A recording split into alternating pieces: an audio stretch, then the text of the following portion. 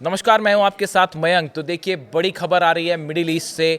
America ने Iran के आसपास 800 के करीब टॉम हॉक क्रूज मिसाइल्स जो हैं वो तैनात कर दिए हैं। जी हां, बड़ा मिलिट्री मूवमेंट है ईरान के चारों तरफ। और जो एक्सपर्ट्स बता रहे हैं कि इराक वॉर के समय या अफगानिस्तान वॉर के समय मिडिल ईस्ट में इतने बड़े स्तर पर अमेरिका ने अपने हथियारों को, शिप्स को, मिसाइल्स को का जखीरा जो है वो जमा किया था। अब बिल्कुल उसी तरह का मिलिट्री मूवमेंट ईरान के चारों तरफ हो चुका है। और जो खबरें हैं, जो डिफेंस सोर्सेज बता रहे हैं कि करीब 800 टॉम हॉक मिसाइल्स हैं जो कि ईरान के आसपास अलग अलग जहाज़ों में हैं, सबमरीन्स पे हैं। देखिए, टॉम हॉक वो मिसाइल है अमेरिका की। इसका जिक्र मैं क्यों कर रहा हूं? क्योंकि इस बार सीधा मुकाबला होना है टॉम हॉक मिसाइल वर्सेस फतेह 2। अब ऐसा क्यों कहा जा रहा है, हम आप पहले को उसको समझाएंगे। सबसे पहले ये समझिए कि अमेरिका ने किस तरह से टॉम हॉक मिसाइल्स तैनात किए हैं।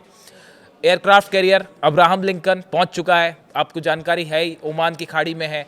टॉम हॉक मिसाइल्स हैं। बताया जाता है कि 300 से ज़्यादा टॉम हॉक मिसाइल्स सिर्फ अब्राहम लिंकन एयरक्राफ्ट कैरियर पे है। 360 to be very specific, 360 number सुन के बताए जाते हैं।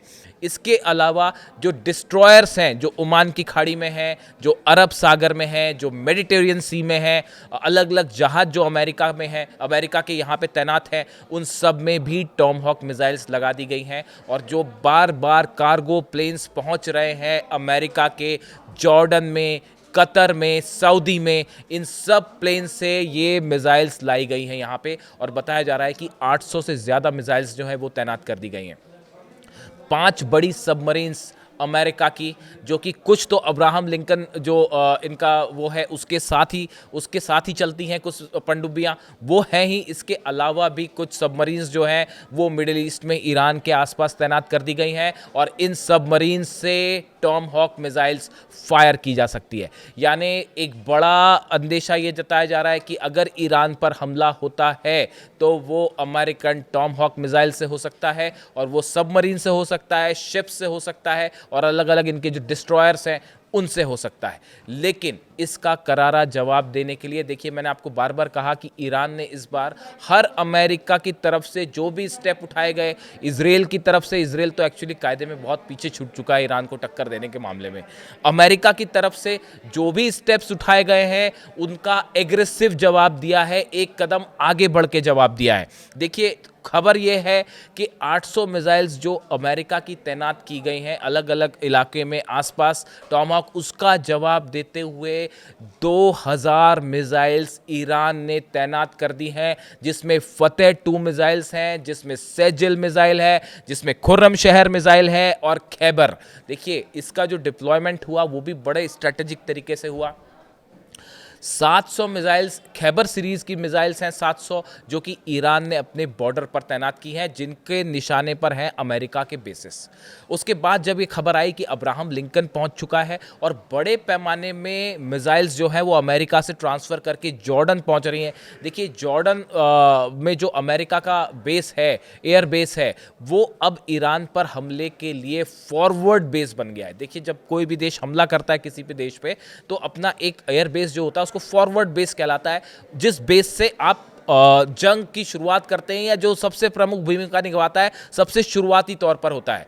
सऊदी ने मना कर दिया कि आप हमारे यहाँ से जंग मत करिए, कतर ने मना कर दिया कि आप हमारे लैंड का इस्तेमाल मत करिएगा। इसके बाद ये एक बड़ी चुनौती थी कि भाई बिना सऊदी और कतर के कैसे लंबे समय तक लड़ाई जारी रखी जाएगी। ये एक बहुत बड़ा चिंता का मामला था। इस वजह से अटैक में देरी हुई, ऐसा कहा जाता है। एक बड़ी मीटिंग हुई जिसके बाद ये तय किया गया कि जॉर्डन के बेस का इस्तेमाल किया जाएगा। सेंटकॉम यानी जो सेंट्रल कमांड है अमेरिका की मिडिल ईस्ट में, इसके जो चीफ हैं वो कल जॉर्डन के बेस का उन्होंने दौरा भी किया। ये खबरें अब सब बाहर आ चुकी हैं।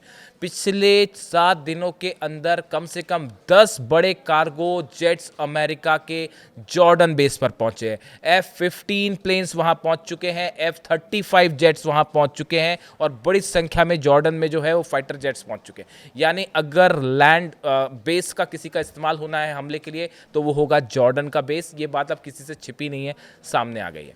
हथियार बार बार उतर रहे हैं। अल उदैद एयरबेस पर आपने सुना होगा ये खबर कि ब्रिटेन ने अपने टाइफून जो फाइटर जेट्स हैं वो भेजे हैं, जो कि पहुंचे, लैंड किया उन्होंने अल उदैद बेस पे। उसके बाद वो वहां से आगे कहाँ गए हैं इसकी अभी पूरी जानकारी साफ नहीं है। क्या वो भी जॉर्डन के बेस पे जाने वाले हैं या वो सीरिया जाएंगे, ये अभी चीज़ साफ नहीं हुई है। जैसी इंफॉर्मेशन आएगी मैं आपको बताऊंगा।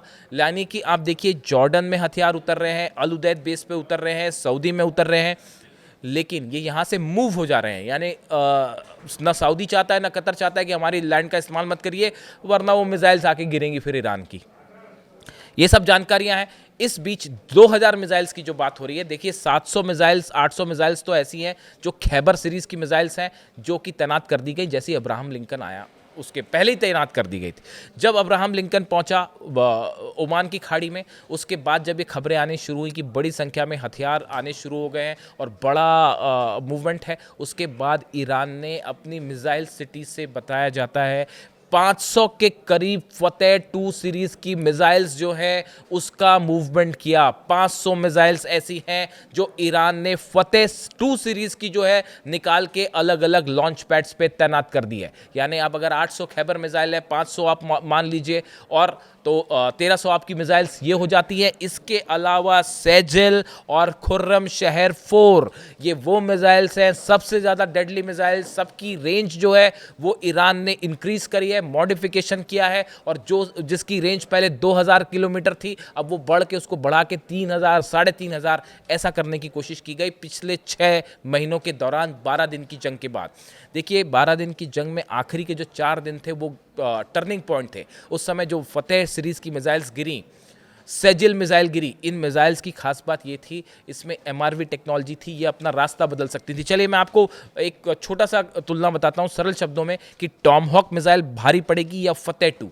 देखिए टॉमहॉक मिसाइल अमेरिका की लंबी दूरी की सबसोनिक क्रूज मिसाइल है, जिसे जहाज़ों और पनडुब्बियों से लॉन्च किया जा सकता है, और यह रडार से बचते हुए बहुत कम ऊंचाई पर उड़कर सटीक लक्ष्य पर हमला करती है। देखिए इसकी खास बात यह है, क्रूज मिसाइल है, बेहद एक्यूरेट है और बेहद कम ऊंचाई पर उड़ती है, इसलिए रडार में इसे ट्रैक करना बेहद मुश्किल होता है। करीब 2500 किलोमीटर इसकी क्षमता है, और GPS और नेविगेशन सिस्टम बहुत हाईटेक इसमें लगा होता है। यही वजह है कि पुतिन बार बार इस बात से, जैसी ये बात खबर आई कि अमेरिका यूक्रेन को टॉमहॉक मिसाइल दे सकता है, पुतिन ने कहा था कि अगर ऐसा होगा तो हम इसे जंग की शुरुआत मानेंगे, और अमेरिका रुक गया। देखिए ये इसी वजह से इसको इतना डेडली मिसाइल माना जाता है। अब फतेह 2 की बात करिए। देखिए ईरान की मिसाइल्स को बोल के बताना उतना आवश्यक नहीं है, वो आपने देखा पिछले 12 दिनों की जंग में, आखिरी के 4 दिन के विजुअल्स और वीडियोस देख लीजिए, आपको पता चल जाएगा ईरान की मिसाइल्स कितनी खतरनाक है। लेकिन चूंकि फिर भी टॉमहॉक और फतेह 2 का आमना सामना कर रहे हैं कुछ डिफेंस एक्सपर्ट, इसलिए अगर हम चर्चा करें तो फतेह 1 और फतेह 2 ईरान की सबसे खतरनाक हाइपरसोनिक मिसाइलें मानी जाती हैं। इनकी रफ्तार 13 से 15 मैक है, जो हो सकता है कि एडवांसमेंट के साथ बढ़ भी गई हो। ये करीब 2000 से 3000 किलोमीटर तक फतेह 2 जो मिसाइल है उसकी मारक क्षमता हो सकती है, जो कि एडवांस्ड मिसाइल तैयारी की गई है। इसकी सबसे बड़ी खास बात है कि इसका मैन्यूवरेबल वॉरहेड है, ये टर्मिनल फेज में दिशा बदल सकता है, यानी आयरन डोम और एरो सिस्टम के लिए इन्हें पकड़ना बेहद मुश्किल है। खास बात फतेह 2 की, जो डिफेंस सिस्टम है खास तौर पे इजराइल के, चाहे वो आयरन डोम हो या थार्ड भी इसमें शामिल किया जाता है। देखिए आयरन डोम और एरो, ये 2 सिस्टम ऐसे हैं जो फतेह 2 को नहीं पकड़ पा रहे, ये तो हमने पिछली बार देख लिया। अब थार्ड, बड़ी संख्या में थार्ड डिप्लॉय किया गया है अमेरिका की तरफ से, लेकिन जो मिसाइल्स में डेवलपमेंट हुए हैं ईरान ने किए, ये मिसाइल्स को क्या थार्ड सिस्टम रोक पाएगा? थर्ड सिस्टम तो पिछली बार भी लगा था, लेकिन उसके बाद भी आखिरी में 4 दिन में मिसाइलें गिरी। तो अब ये एक बार बड़ी देखने की बात होगी। अमेरिका ने बड़े पैमाने पर इन देशों में जो है वो अपने मिसाइल डिफेंस सिस्टम लगा दिए हैं, चाहे जॉर्डन की बात हो, चाहे कतर की बात हो, चाहे सऊदी की बात हो, चाहे कुवैत की बात हो, चाहे सीरिया की बात हो, इन सब बॉर्डर्स पे और इंक्लूडिंग इराक, कई इलाकों में बताया जाता है कि मिसाइल डिफेंस सिस्टम लगाए गए हैं, और वो मूल रूप से लगाए गए हैं इजराइल को बचाने के लिए, कि अगर ईरान ने मान लीजिए 500-600 मिसाइल एक साथ दाग दी इजराइल पर, तो वो मिसाइल्स कैसे रोकेंगी। पिछली बार भी जॉर्डन ने बड़ी भूमिका निभाई थी ईरान की मिसाइल्स रोकने में। तो इस लिहाज से अब ये माना जा रहा है कि टॉम हॉक मिसाइल वर्सेस फतेह 2। एक तरफ अमेरिका की टॉम हॉक मिसाइल्स हैं, उनके कई सारे फाइटर जेट्स हैं। इसके अलावा आप सामने जो है वो है फतेह 2, सामने है सेजिल, सामने है खुर्रमशहर, यानी मिसाइल वर्सेस मिसाइल। और देखिए जो हालात बने हुए हैं, जो एक्सपर्ट्स मान के चल रहे हैं, देखिए जो पिछले 3 दिनों में हालात तेज़ी से बदले हैं। पहले ये कहा जा रहा था कि शायद डोनाल्ड ट्रंप हमला ना करें। ये मैं आपको 2 से 3 दिन पहले की बात बता रहा हूँ कि एक इस तरह की बात चलने लग गई थी कि शायद डोनाल्ड ट्रंप हमला ना करें।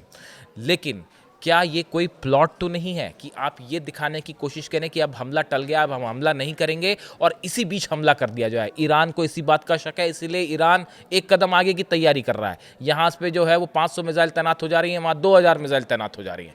और देखिए जितना बड़ा ये मूवमेंट है, इतना बड़ा मूवमेंट इराक वॉर के समय हुआ था, अफगानिस्तान वॉर के समय हुआ था, और इसमें बड़े पैमाने पर खर्चा हुआ है।